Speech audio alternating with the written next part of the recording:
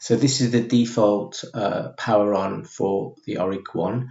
Even though I have a LOCI device attached, the internal ROM of the Oric is the first thing that gets activated. But if I press the action button, the red action button on my LOCI device, then go into the LOCI menu, and here is where you can do things like pick your micro disk or choose the tape file that you want to load. But that only works for your standard Oric Atmos or Oric 1 machines. I want to pick a new ROM for LOCI. So my SD card that is attached to the LOCI, which is device 1, has two files, dflat.rom and dfloci.rom.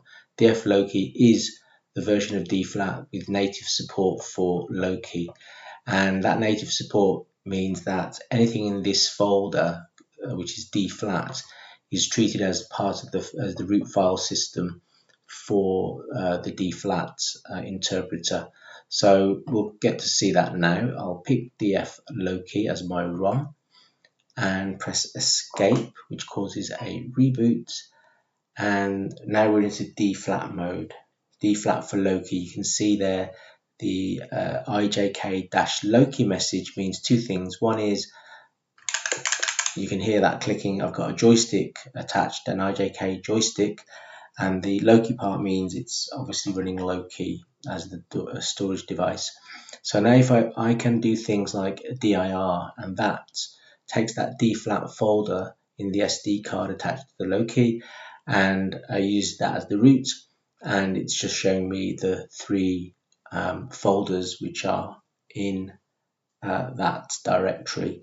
And if I want to go into one of those folders, I use the same convention as if I was using my Arduino SD card server. You simply you simply load a folder basically. So let's go to games,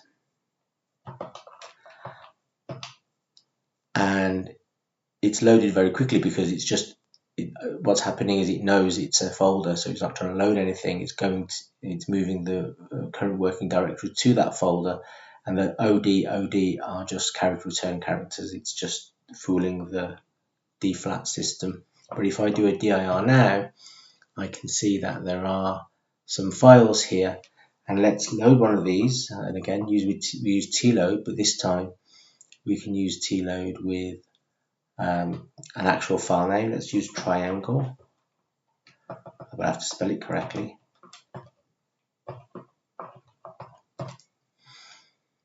And this time it's showing the name and the blocks, and it's saying to try start 5, 10, 10, 180. That's because the last line of this program is a print line, and that print line is explaining how to potentially try this program. So let's follow the instructions there.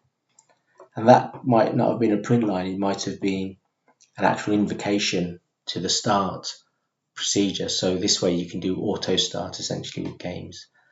Okay, let's do that. And we can see it's a Sierpinski triangle. So that's LOCI. dflat using LOCI as its mass storage device, and it's very easy to do.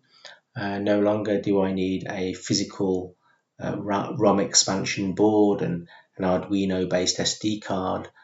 Thanks to LOCI, I can load the ROM into an SD card, and I can use other parts of the SD card as the dflat file system. So it's super easy now to use dflat in this way.